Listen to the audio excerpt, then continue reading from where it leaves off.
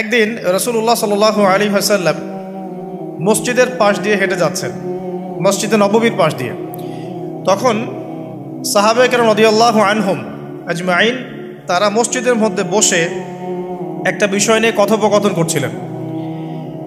তো নবী সাল্লাল্লাহু আলাইহি ওয়াসাল্লাম জিজ্ঞাসা করলেন যে তোমরা কি নিয়ে কথা বলছো, তোমরা কি নিয়ে কথোপকথন করছো? তখন সাহাবায়ে কেরাম রাদিয়াল্লাহু আনহুম তারা বলছেন যে আমরা কিয়ামতের আলামতগুলো নিয়ে কথা বলছিলাম। কি নিয়ে কথা বলছেন? কিয়ামতের আলামতগুলো নিয়ে সাহাবীরা কথা বলছেন। তো সাহাবীদের কিয়ামতের আলামত নিয়ে কথা বলার কি দরকার ছিল? তাদের সময় তো আর কিয়ামত হবে না। দরকার ছিল কি? সচেতনতা। তারা ফিতনায় নিজেরা যেন না পড়ে যান এই জন্য সতর্ক থাকতে চাইতেন। এই কারণেই ফিতনাময় পরিবেশ নিয়ে আলোচনা করতেন। তো নবী সাল্লাল্লাহু আলাইহি ওয়াসাল্লাম তখন বললেন, দেখো, যতদিন পর্যন্ত 10টা আলামত প্রকাশ হচ্ছে না ততদিন পর্যন্ত কিয়ামত হবে না। কয়টা আলামত? 10টা। নবী সাল্লাল্লাহু আলাইহি ওয়াসাল্লাম প্রথমে বললেন 1 নাম্বার হচ্ছে মাসিহুদ দাজ্জাল। কি নাম? মাসিহুদ দাজ্জাল। 2 নাম্বার হচ্ছে ইয়াজুজ এবং মাজুজ। এর আদম সন্তান পৃথিবীতে বের হবে এবং পুরো পৃথিবীটা ম্যাসাকার করে ছেড়ে দিবে। আর মাসিহুদ দাজ্জাল সেও বের হবে শেষ জামানায়, যে ইহুদিদেরকে নিয়ে পুরো বিশ্ব শাসন করবে, বিশ্বের প্রতিটা ডিপার্টমেন্ট সে রুল করবে। এবং দাজ্জালের চেয়ে ভয়ঙ্কর কোনো ফিতনা এই পৃথিবীতে আসে নাই, আসবেও না। প্রত্যেক নবী তার কওমকে দাজ্জাল সম্পর্কে সতর্ক করেছিলেন, এমনকি নূহ আলাইহিস সালাম পর্যন্ত তার উম্মতকে দাজ্জালের ফিতনা সম্পর্কে সতর্ক করেছিলেন। নবী সাল্লাল্লাহু আলাইহি ওয়াসাল্লাম বলেছেন যে তোমরা যদি সূরা কাহাফ তেলাওয়াত করো, প্রত্যেক জুমার দিন সূরা কাহাফ তেলাওয়াত করো, অথবা সূরা কাহাফের প্রথম 10টা আয়াত শেষ 10টা আয়াত মুখস্থ রাখো, ইনশাআল্লাহ তাআলা মাসিহুদ দাজ্জাল তোমাদের কোনো ক্ষতি করতে পারবে না। 1 মাসিহুদ দাজ্জাল, 2 ইয়াজুজ আর মাজুজ, 3 হচ্ছে ঈসা ইবনে মারইয়াম। ঈসা ইবনে মারইয়াম যতক্ষণ পর্যন্ত না আসছেন, পৃথিবীতে আবার ইউটার্ন না করছেন এবং তার হাতে মাসিহুদ দাজ্জাল নিহত না হচ্ছে, কিয়ামত হবে না। 4 দাব্বাতুল আরদ, অর্থাৎ পৃথিবীর ভিতরে একটা প্রাণী আছে, মাটি ফেরে এই প্রাণীটা বের হবে কিয়ামতের আগে আগে, এবং এই প্রাণীটা মানুষের সাথে কথাবার্তা বলবে, কথা বলতে পারা প্রাণী। এ যতক্ষণ বের হচ্ছে না কিয়ামত হবে না ইনশাআল্লাহ তাআলা। কটা বললাম? 4টা। 5 হচ্ছে দুখান বা ধোঁয়া। এই পুরো পৃথিবীর আকাশটা একটা নির্দিষ্ট সময় পর্যন্ত ধোঁয়ায় ছেয়ে যাবে এবং হতে পারে, আল্লাহু আলাম, হতে পারে যে সূর্যের আলো পৃথিবীতে পৌঁছাবে না, এমন ধোঁয়া হতে পারে। পুরো পৃথিবীটা ধোঁয়ায় ছেয়ে যাবে, এটা সূরা দুখানের মধ্যেও বলা আছে। এটা 5। 6 নম্বরে নবী সাল্লাল্লাহু আলাইহি ওয়াসাল্লাম বলছেন যে একটা ভূমিকম্প হবে পৃথিবীর পূর্ব দিকে। পৃথিবীর পূর্ব দিক মানে এই যে ভারত, পাকিস্তান, বাংলাদেশ, শ্রীলঙ্কা, ইন্দোনেশিয়া, ঠিক আছে, এই সিঙ্গাপুর, এই যে কন্টিনেন্ট, মালয়েশিয়া, এটা পৃথিবীর পূর্ব দিক। এদিকে একটা ভূমিকম্প হবে। তারপরে 7 পৃথিবীর পশ্চিমে একটা ভূমিকম্প হবে। পশ্চিম মানে বোঝেন না? পশ্চিমা বিশ্ব না, সৌদি আরব না, পশ্চিমা বিশ্ব, ব্রিটেন, ফ্রান্স, জার্মানি, তারপরে যে রাশিয়ান কন্টিনেন্ট, হ্যাঁ, ইউক্রেন, এদিকে আপনার আমেরিকা, এই পুরো পশ্চিমা বিশ্ব, এখানে একটা ভূমিকম্প হবে বড়।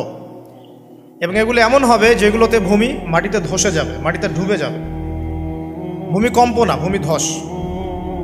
8 পৃথিবীর মাঝখানে মধ্যপ্রাচ্যে একটা ভূমিকম্প হবে, যেখানে আমাদের সো কল্ড আমিরুল মুমিনিনরা থাকে, যারা আমেরিকা এবং ইসরায়েলের বন্ধু, এদের এখানে একটা ভূমিকম্প হবে ইনশাআল্লাহ। আর 9 ইয়েমেন থেকে একটা আগুন বের হবে। ইয়েমেন থেকে একটা আগুন বের হবে, যে আগুন মানুষকে হাসরের মাঠের দিকে তাড়িয়ে নিয়ে আসবে। আরেকটা বলেছেন 10 নম্বর, যেটা এই মুহূর্তে আমি ঠিক মনে করতে পারছি না। তো এই 10টা আলামতের কথা নবী সাল্লাল্লাহু আলাইহি ওয়াসাল্লাম বলেছেন, না হওয়া পর্যন্ত, এই 10টা আলামত না আসা পর্যন্ত কিয়ামত হবে না। ঠিক আছে? আচ্ছা, এখন এই 10টার মধ্যে সবচেয়ে বড়টা কি? সবচেয়ে বড়টা হচ্ছে মাসিহুদ দাজ্জাল। সবচেয়ে বড়টা কি? 10 নম্বরটা মনে পড়েছে, আলহামদুলিল্লাহ। সূর্য উঠবে পশ্চিম দিক থেকে, সূর্য উঠবে পশ্চিম দিক থেকে। তাহলে আর সময় নাই, পৃথিবীর সময় শেষ। এই 10টা মনে থাকবে? আসেন বলি। প্রথমে কি? দাজ্জাল, তারপরে ইয়াজুজ আর মাজুজ, 3 নাম্বার ঈসা ইবনে মারইয়ামের প্রত্যাবর্তন, 4 নাম্বার দাব্বাতুল আরদ, জমিন থেকে প্রাণী বের হয়ে কথা বলবে মানুষের সাথে। ঠিক আছে, 5 নাম্বার কি বললাম? ধোঁয়া, দুখান। ঠিক আছে, 6, 7, 8 3টা ভূমিকম্প, পূর্ব দিকে একটা, পশ্চিমে একটা, পৃথিবীর মাঝখানে একটা। 9 নাম্বার ইয়েমেনের নাম শুনেছেন? ওই যে যেখানে সৌদিরা বোম মারছে আর কি, ইয়েমেনের বাচ্চাদেরকে বোম মেরে হত্যা করছে না, জানেন না খবর? তো ওই ইয়েমেনের ছোট ছোট বাচ্চারা শিয়া সুন্নির কি বোঝে আমার বুঝে আসে না। ওই ছোট ছোট বাচ্চাগুলো শিয়া সুন্নির কি বোঝে আমার বুঝে আসে না। আমেরিকার টাকা খেয়ে এরা ঠিকই বোম মারছে কেন? আর এই বোমগুলো তো এরা তৈরি করতে পারে না, আমেরিকার কাছ থেকে কিনে নেয়। তো ওই ইয়েমেন থেকে আগুন বের হবে, সেই আগুন মানুষকে হাসরের মাঠের দিকে তাড়িয়ে নিয়ে আসবে, এবং 10 যেটা বললাম সূর্য উঠবে পশ্চিম দিক থেকে, তখন তওবার দরজা বন্ধ হয়ে যাবে, তওবা আর করেও লাভ হবে না। 2টা সময় তওবা করে লাভ নাই। একটা হচ্ছে মৌতের যন্ত্রণা শুরু হয়ে গেলে, মৃত্যুর যন্ত্রণা শুরু হয়ে গেলে আগে পা থেকে শুরু হয়ে আস্তে আস্তে গলার দিকে আসে।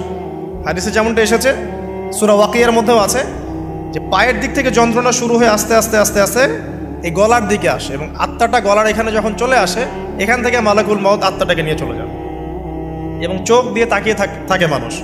রুহটা চলে গেলে মানুষ চোখ দিয়ে তাকিয়ে থাকে, দেখবেন এই কারণে মৃত ব্যক্তি তাকিয়ে থাকে, চোখ খোলা থাকে। এবং তখন আসমান থেকে সিঁড়ি নামিয়ে দেওয়া হয়, ওই সিঁড়িতে করে আত্মা চলে যাচ্ছে, ও তাকিয়ে দেখে যে আত্মা চলে যাচ্ছে। এবং মানুষ মারা যাওয়ার পরে চোখ জীবিত থাকে অনেকক্ষণ। মেডিকেল সায়েন্স যারা পড়েছে তাদেরকে জিজ্ঞাসা করবে, মানুষ ডেড হয়ে গেলেও চোখ দেখবেন আরও কয়েক ঘন্টা, হয়তো আরও নির্দিষ্ট একটা সময় পর্যন্ত চোখটা কিন্তু জীবিত থাকে। এই জন্যে চোখ বন্ধ করে দিতে হয়। যাই হোক, যেটা বলছিলাম যে মৌতের যন্ত্রণা শুরু হয়ে গেলে তওবা করে লাভ নাই, তওবার দরজা বন্ধ। আর পশ্চিম দিক থেকে সূর্য উঠে গেলে তওবা করে লাভ নাই, তওবার দরজা বন্ধ। তো এই 10টার মধ্যে সবচেয়ে বড়টা হচ্ছে মাসিহুদ দাজ্জাল। কেন বড়? কারণ নবী সাল্লাল্লাহু আলাইহি ওয়াসাল্লাম নিজে বলেছেন, পৃথিবীর ইতিহাসে আদম আলাইহিস সালাম থেকে শুরু করে মুহাম্মদ সাল্লাল্লাহু আলাইহি ওয়াসাল্লাম পর্যন্ত এই যে লক্ষ লক্ষ নবী রাসূল এসেছেন, পৃথিবীর এই যে শত লক্ষ বছরের হিস্ট্রি, এর মধ্যে দাজ্জালের চেয়ে ভয়ঙ্কর কোনো ফিতনা আসে নাই। নবী সাল্লাল্লাহু আলাইহি ওয়াসাল্লাম বলছেন, একজন মুমিন ব্যক্তি যদি দাজ্জালকে পেয়ে যায়, সে যেন তার সাথে সাক্ষাতের আকাঙ্ক্ষা না করে, কারণ সে তার সাথে সাক্ষাৎ করলে ঈমান হারা হয়ে যেতে পারে। সে এত বড় ফিতনা হবে, এত বিশাল ফিতনা হবে। এই যে ছোট্ট একটা ফিতনা সুদ থেকে কি আমরা মুক্ত থাকতে পারছি? সবাই সুদের মধ্যে পড়ে যায় নাই? এই যে মেয়েদের যে ফিতনা, বেহায়াপনা, এখান থেকে কি আলেম জালেম কেউ বাকি আছে?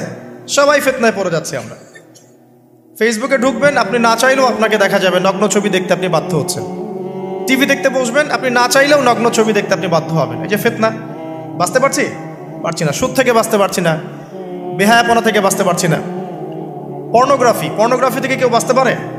যে কেউ ফোন চালায় দেখবেন পর্নোগ্রাফির ছবি চলেই আসবে, নগ্ন ছবি চলেই আসবে। আলেম জালেম এভরিবডি আসবেই।